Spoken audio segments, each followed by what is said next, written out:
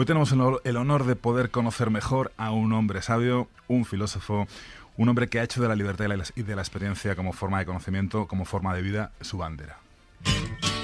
Escucha una cosa que te voy a decir. De la piel para adentro comienza mi exclusiva jurisdicción. Elijo yo aquello que pueda o no cruzar esa frontera.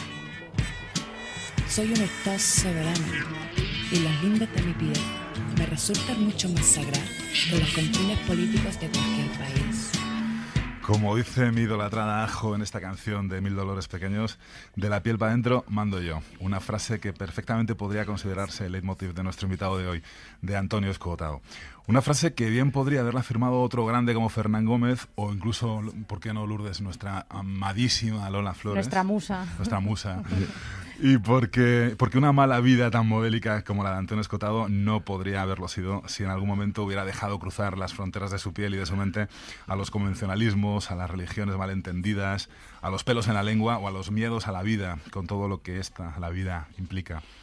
Antonio Escotado es de los que fuma con boquilla para esquivar las toxinas no deseadas que acompañan a ese placer de fumar. El alquitrán. Bueno, por ejemplo, ya se nos ha colado.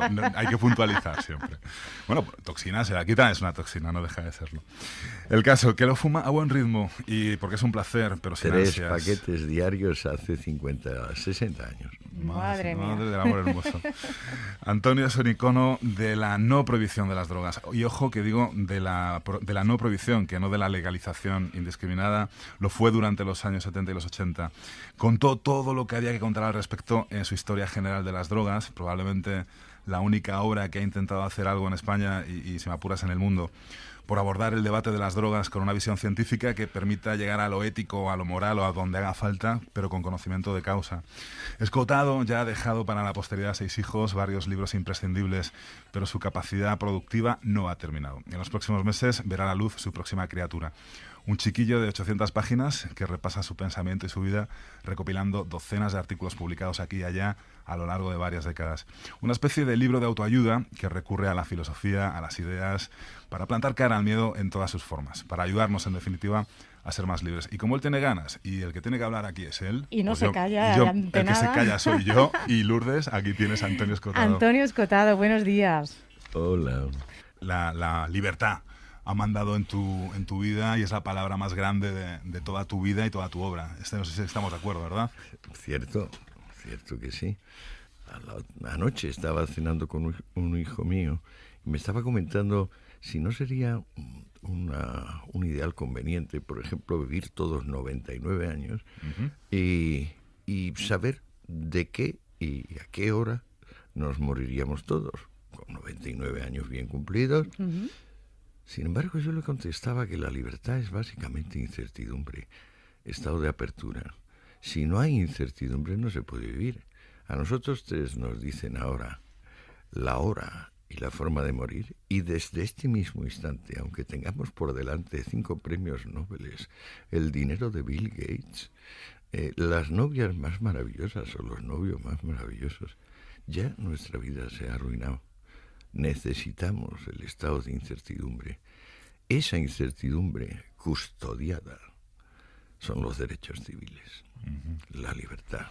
Pues siguiendo un poco al hilo de lo que acaba de comentar, en una sociedad tan mercantilizada como esta, que todo se mide por rendimiento, por valores bursátiles y por cómo los niños pueden aprender a hacer negocio, ¿qué aporta hoy en día a un ciudadano un filósofo?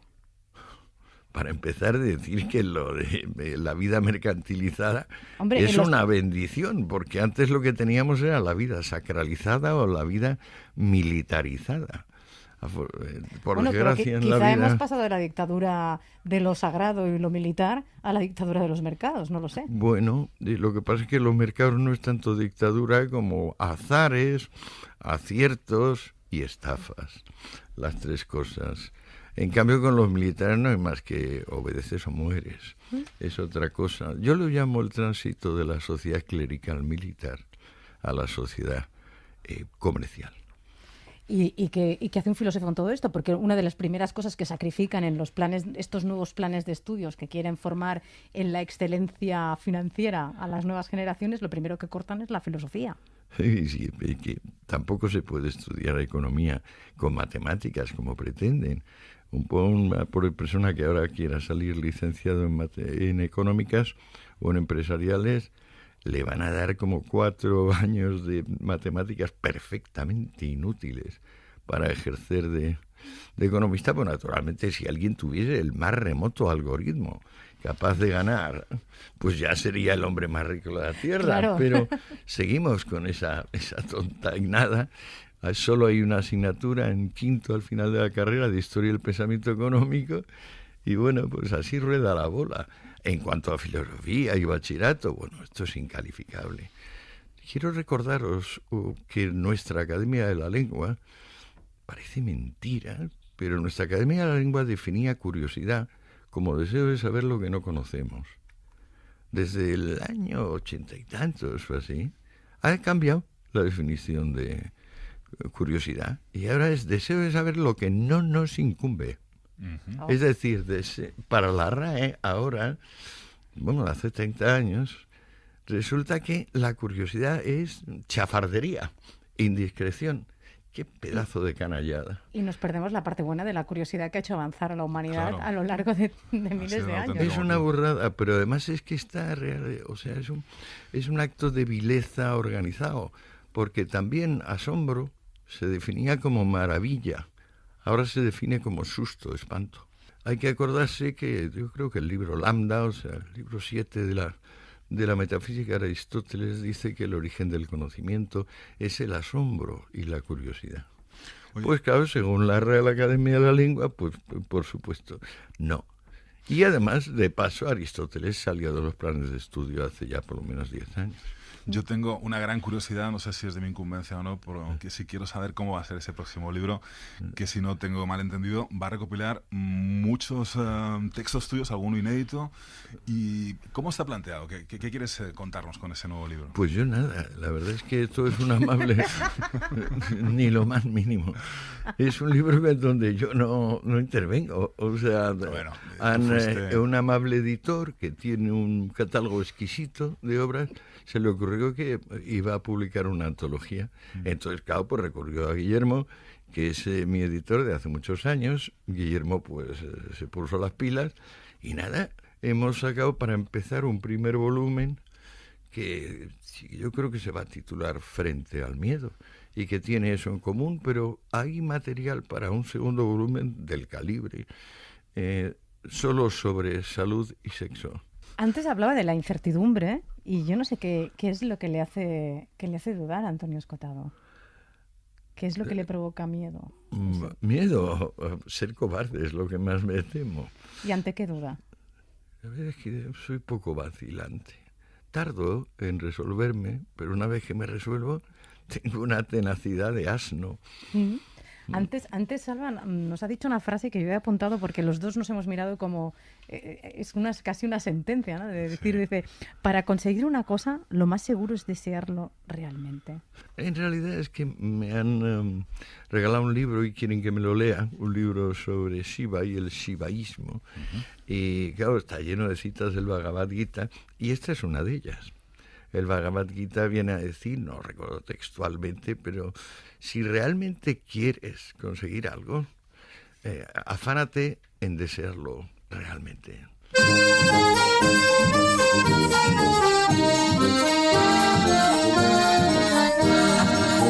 Hasta ahora parece más académico de la lengua que filósofo, porque hemos abierto el diccionario, nos hemos parado en algunos términos, nos está hablando de apoyos excesivos en adverbios. Y musicólogo, por si te das cuenta, ha reconocido con los primeros acordes a Luis Gonzaga, que es un clásico de la música brasileña.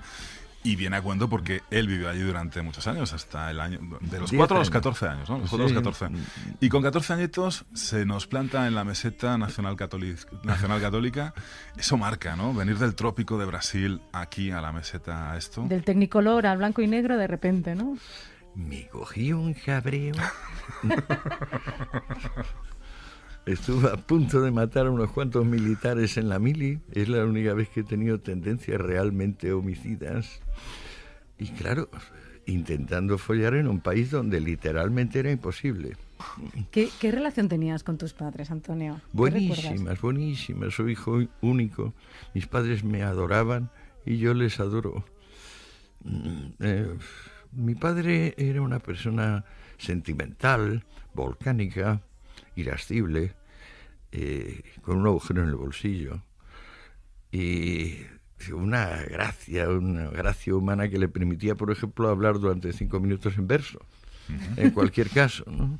Mamá era más reflexiva, más inventiva. Yo soy como mamá, básicamente, pero me han quedado algunas cosas de mi padre, que era un cachondo. Lo que pasa es que al final venirse de Brasil resultó que al que más le dolió fue a él.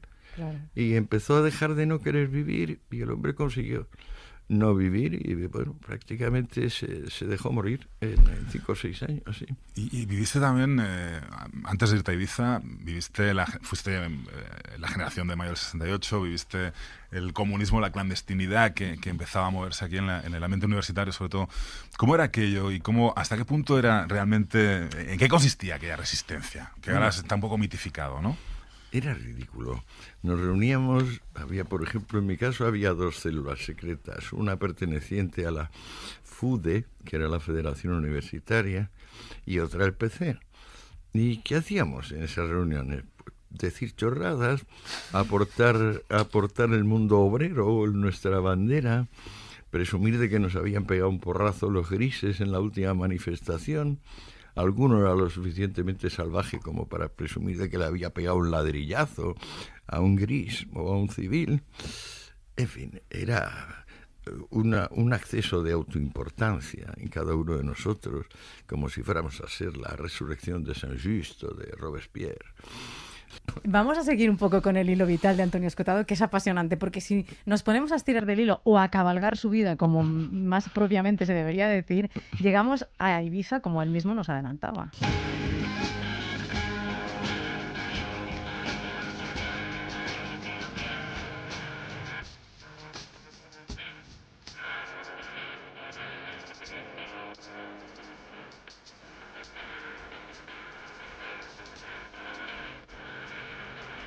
Que se llama Jimi Hendrix, ese álbum maravilloso de Are You Experienced, o uno de los nombres propios de esa época del amor libre, de flower power también y de muchas sustancias psicotrópicas que pululaban por allí. ¿Cómo se cruzó Ibiza en tu vida? ¿Por qué acabaste allí?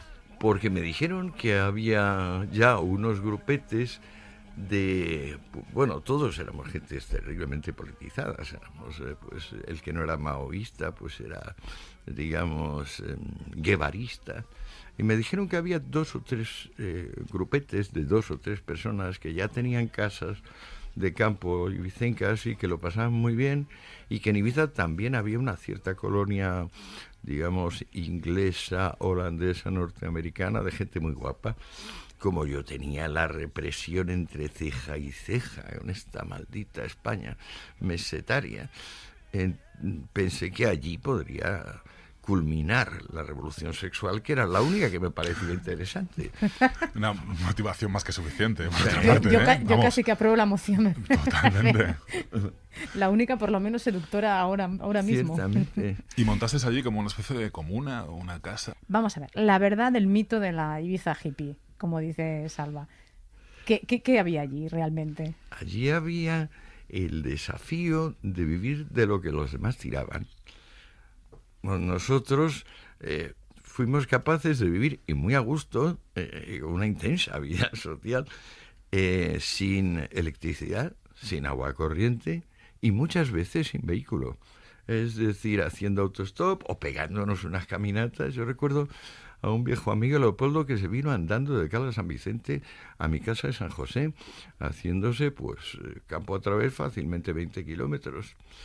Y estaba decidido a volver ese mismo día y digo, no, hombre, Leopoldo, quédate a dormir, chalao, ya te vas mañana. Pues bueno, este tipo de fuerza física, de salud, y al mismo tiempo pues, darse cuenta de detalles, como por ejemplo el quinqué da una luz muy bonita, pero un quinqué pues aproximadamente puede dar unos 15 vatios. hace falta tener 10 quinqués, 8 quinqués para tener una habitación correcta, pero no basta. El quinqué hay que comprar el petróleo, hay que ir rellenar el petróleo todos los días y sobre todo hay que cuidar la mecha y hay que lavar los cristales. Para lavar los cristales se emplean limpiabiberones y para cuidar las mechas, pues nada, con una tijerita y luego con el dedo. En cuanto haya una bolita de hollín en la mecha, empieza a ahumar. El cristal se va ennegreciendo y aquello va mal. O sea, todos los días había que limpiar 16, 12 quinqués sin agua, sacando el agua del pozo. Bien, todo era como muy prolijo, pero a nosotros nos parecía que estábamos haciendo, aparte de una vida muy, muy barata, o sea, vivíamos con muy poco, que estábamos desafiando al sistema. Nosotros decíamos S mayúscula, era el sistema. ¿Y los ocupas serían un poco los herederos de eso? ¿También ocupan...? Yo creo que hay una pequeña diferencia con los ocupas, que es que la gente que estaba en Ibiza había como una autoselección y todos eran guapos. ¿No será que todos eran niños bien? Porque en esa época quien se podía permitir hacerse el hippie, irse ahí a la isla a ser súper alternativo, no tenía que ir a la cadena de montaje, ¿no? Y no te creas, o sea, en realidad nosotros considerábamos que el más alto en la escala social era el dealer, porque era el que abastecía a la tribu de sus dealer, sustancias. me imagino que no se refiere al pan, ¿no? No se refiere a la hogaza de pan. El traficante, vale. Básicamente el traficante de fármacos visionarios, pero también de cualquier otro fármaco psicoactivo que interesase a la tribu. Nosotros éramos una tribu.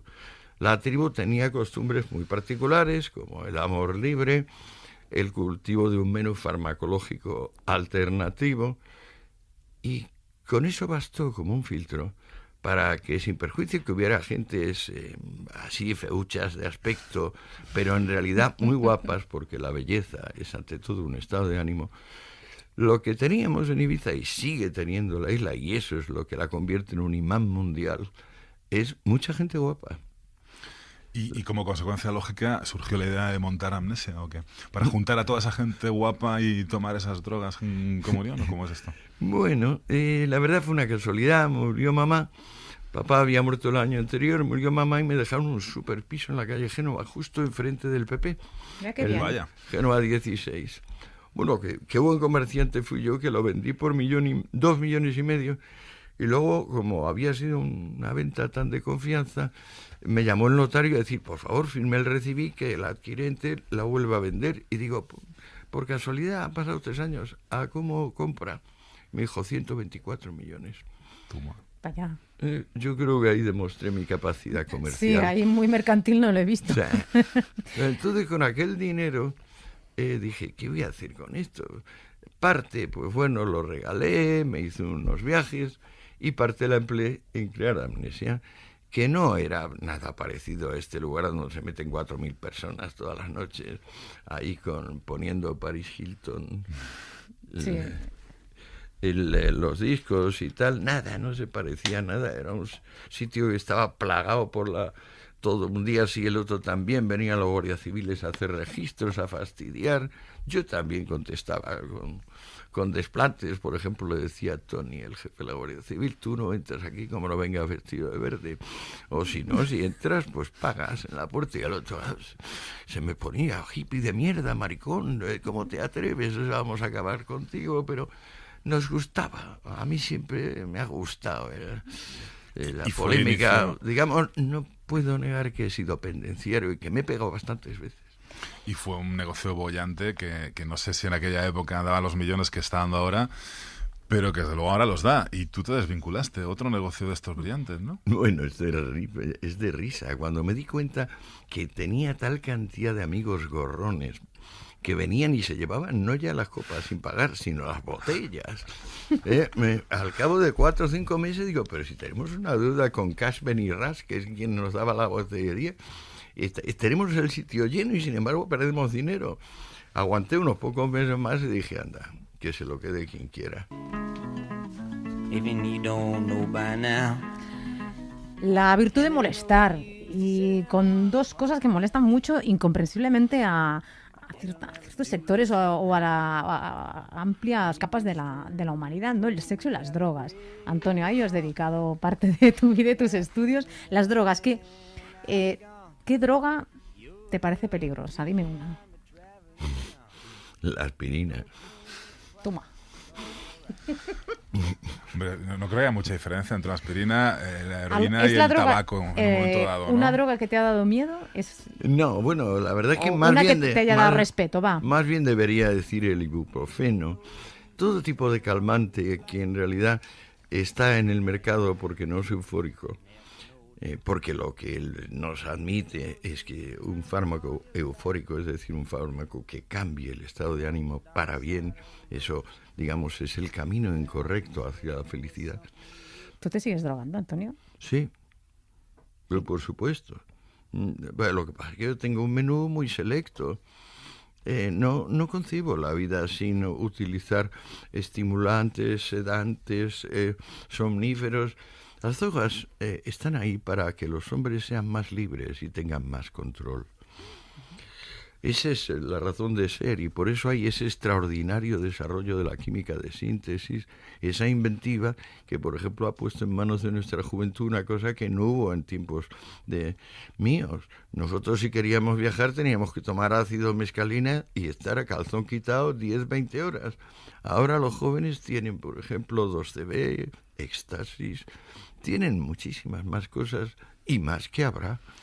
En realidad lo que tenemos es que conseguir drogas que cada vez en cantidades más pequeñas buscan efectos más monumentales. Decía en la presentación que sobre todo en los 80 se te etiquetó o se te encasilló como el monstruo que propugnaba la legalización y creo que jamás lo hiciste. Tú defendías la no prohibición y la vida natural, entre comillas, de cada una de estas sustancias, ¿no? Para muchos fuiste la bestia negra, en una época además en la que tanto chaval estaba muriendo casi como piojos por la heroína, ¿no? ¿Sigues manteniéndote en aquellas ideas? ¿Crees que la no prohibición es la mejor solución para gestionar esto? No, pero sí, no prohibición no. Hay que derogar la prohibición como se derogó la ley seca. Y en realidad ya ha sucedido, hace ya más de 10 años que ha sucedido. La Brigada Estupefaciente Española, por ejemplo, ahora tiene 10 veces menos miembros que hace 10 años. En Naciones Unidas, la central, la JIFE, la Junta Internacional de Fiscalización de Estupefacientes, tenía 600 funcionarios, ahora no llega a 6. En silencio, como se van todas las cruzadas, se está yendo esta y se está sustituyendo por lo que llaman reducción de daño, harm reduction. Agradezco muchísimo, Salva, gracias por este lujo. regalo que nos has hecho. Un lujo.